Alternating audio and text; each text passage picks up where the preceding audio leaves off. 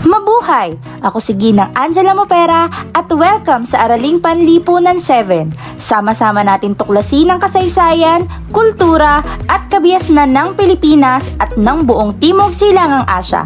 Handa ka na ba? Tara na at matuto! Ang estrukturang panlipunan ng Timog Silangang Asya. Itinuturing ang pamilya bilang pinakamaliit na unit ng lipunan. Nagpapatunay ito na mahalaga ang gampanin ng bawat pamilya sa pagbuo ng isang matatag at maunlad na bansa. Sa bahaging ito, ating tunghayan at alamin ang estrukturang panlipunan na binuo ng mga bansa sa rehiyon ng Timog Silangang Asya sa pamamagitan ng pagsusuri sa katangian ng pagkakamag-anak o kinship, pamilya at kasarian o gender.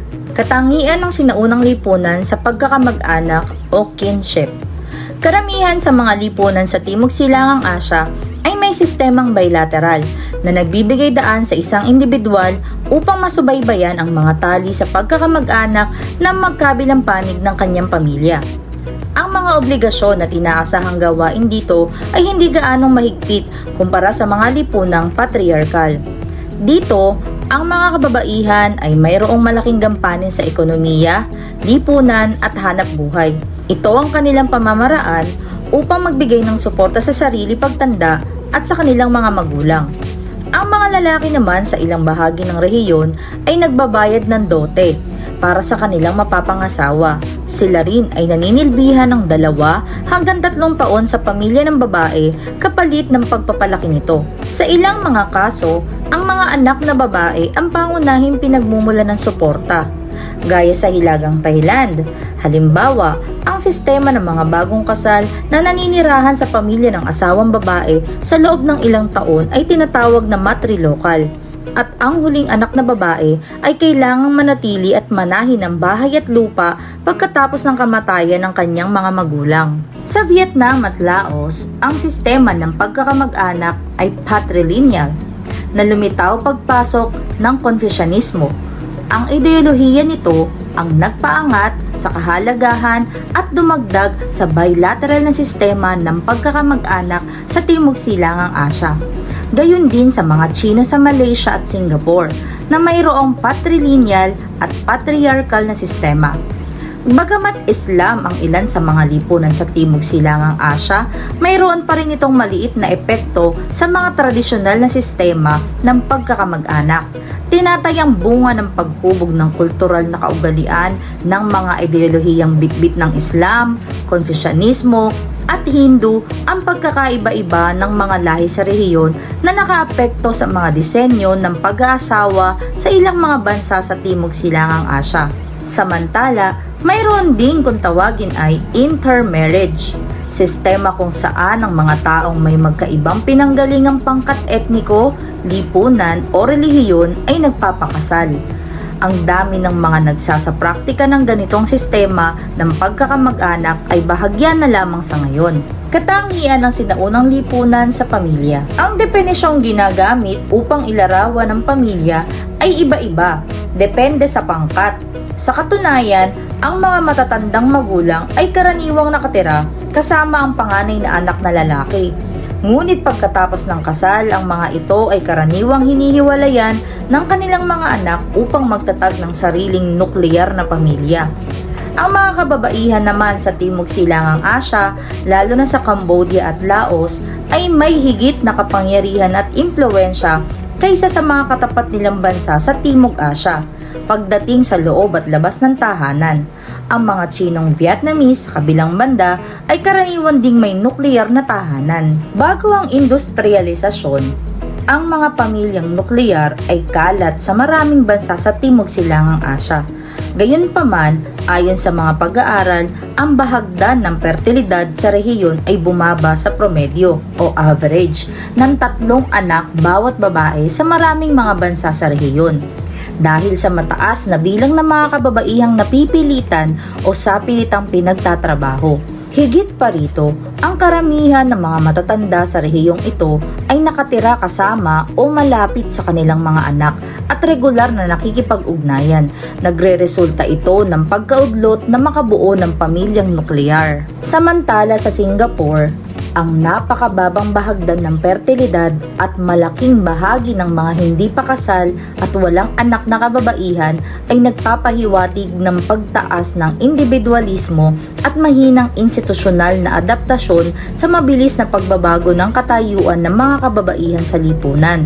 Isa ito sa mga nagpapahirap sa pagpapanatili ng balanseng atensyon sa pamilya, trabaho at buhay. Dahil sa mga kalagayang panlipunan at pang-ekonomiya na sumusuporta sa perpektong pag-unlad, naaapektuhan din ang sistema ng pamilya sa iba-ibang lipunan, tulad ng pagdelimita sa maaaring bilang ng mga anak at maagang pag-aasawa.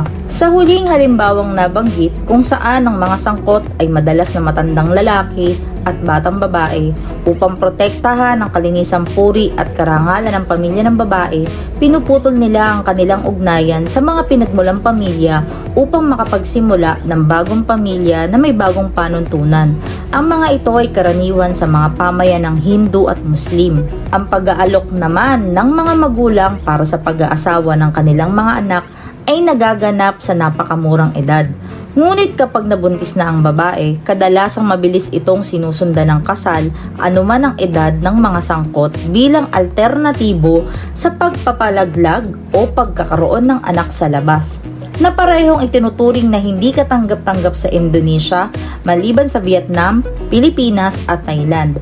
Bumaba rin ang mga bahagdan ng fertilidad ng mga kabataan sa buong rehiyon. Katangian ng sinaunang lipunan sa kasarian. Ang 11 mga bansa sa Timog Silangang Asya ay tahanan ng mga aabot sa 670 milyon o 619 milyon na tao.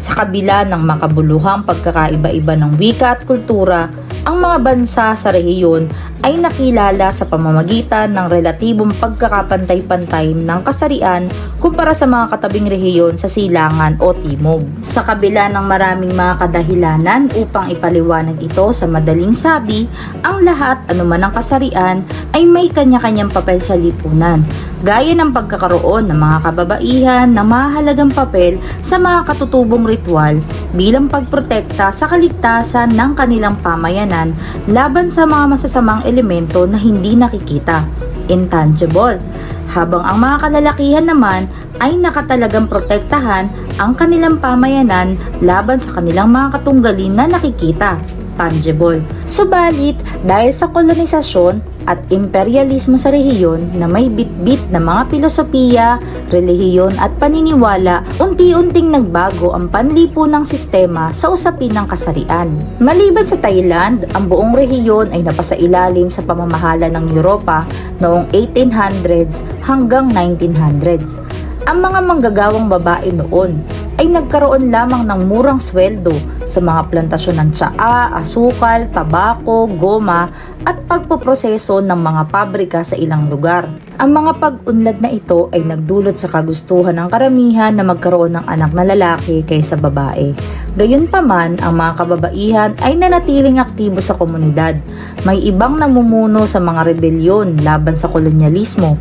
Ang pagtaas ng bilang ng mga babaeng natutong bumasa at sumulat at pagkakalantad sa kanluraning konsepto ng feminismo ang nagudyok sa piling mga babae na harapin ang mga isyu sa hindi pagkakapantay-pantay ng kasarian. Nakita sa Timog Silangang Asya ang pag-usbong ng mga kilusang nasyonalista simula noong huling bahagi ng ika-19 na siglo.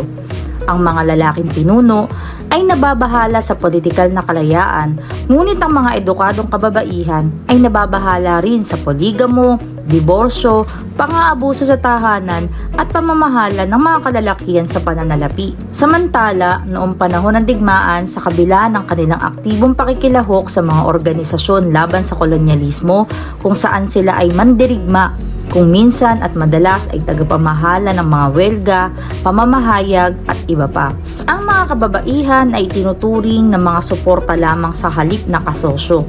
Ang ganitong mga tunggalian ay nauwi sa pagsasarili na sumiklab kasunod ng pagsuko ng mga Hapones. Ang paniniwala na ang isang babae ay maaaring kumita at kontrolin ng kanyang sariling pera ay taliwas sa nagaganap na hindi pagkakapantay-pantay sa lipunan dahil ang mga babae ay binabayaran ng mas mababa kaysa sa mga lalaki para sa parehong trabaho.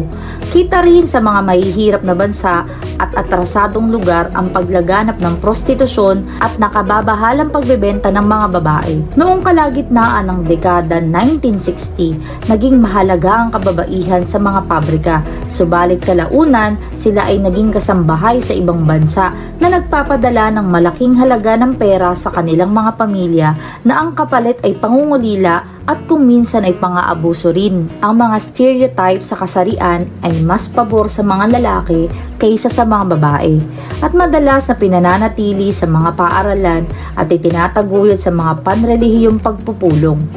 Ang mga Budista halimbawa na naniniwala pa rin na ang reinkarnasyon bilang isang babae sa halip na isang lalaki ay nagpapahiwatig ng mas kaunting merit sa nakaraang buhay ay nagpapakita ng panliliit sa isang tao batay sa kasarian. Ang Islam naman sa kasaysayan ay lubhang mapagparaya, ngunit sa nakalipas ng 20 taon, nagkaroon ng mas pandiriin sa tama at hindi tamang kasuotan at ugali sa publiko ng mga babaeng Muslim. Sa kabila ng katotohanan na ang lahat ng mga bansa sa Timog Silangang Asya, maliban sa Laos at Vietnam, ay lumagda sa Convention on the Elimination of All Forms of Discrimination Against Women or CEDAW at gumawa ng progreso tungo sa pagkakapantay-pantay ng mga kasarian, nagkaroon pa rin ng hamon na baguhin ang kagustuhan ng marami sa usapin tungkol sa nais na kasarian ng kanilang mga anak. Patuloy ang pakikibakan ng mga kababaihan sa Timog Silangan na magkaroon ng akses sa mga paaralan. Ang pagkuha ng mga bokasyonal na pagsasanay at mga akademikong sertipikasyon ay mas maluwag na ngayon kumpara sa nakaraan, maliban sa Cambodia at Laos. Tumataas na ang bilang ng mga kababaihang nag-aaral at nakapag-aaral pagkatapos ng sekundarya. Mula noong taong 1980, nakatulong ang paglago ng edukasyon sa pag-usbong ng mga non-governmental organization o NGO na nakatuon sa pangangailangan ng mga babae. Ugnayang pangkapangyarihan sa Timog Silangang Asya. Sa ngayon, ang ASEAN ay itinuturing na isa sa mga pinakamatagumpay na rehiyonal na grupo sa mundo, pangalawa lamang sa Unyong Europeo. Ang mga nagawa ng ASEAN bilang isang panrehiyong organisasyon ay halos walang kapantay sa mga umuusbong sa iba pang mga rehiyon. 5 bansa, ang Indonesia, Malaysia, Pilipinas, Singapore at Thailand ang bumuo nito noong August 8, 1967. Bago pa man ito, nauna nang umiral ang Association of Southeast Asia or ASA at Malaysia, Pilipinas at Indonesia o MAFELINDO. Bagamat itinatag ng Malaysia, Pilipinas at Thailand ang ASA noong taong 1961 at ang MAFELINDO noong taong 1963, ang mga organisasyon ay nabigong magtagal dahil sa lumalalang hindi pagkakasundo sa kanilang mga nasasakupan. Nabigo ang MAFELINDO na mapawi ang tensyon sa pagitan ng Pilipinas at Malaysia, dulot ng isyu sa Sabah at hindi maresolbang hidwaan sa pagitan ng Jakarta at Kuala Lumpur sa pagsasama ng Sabah at Sarawak sa Federasyong Malay.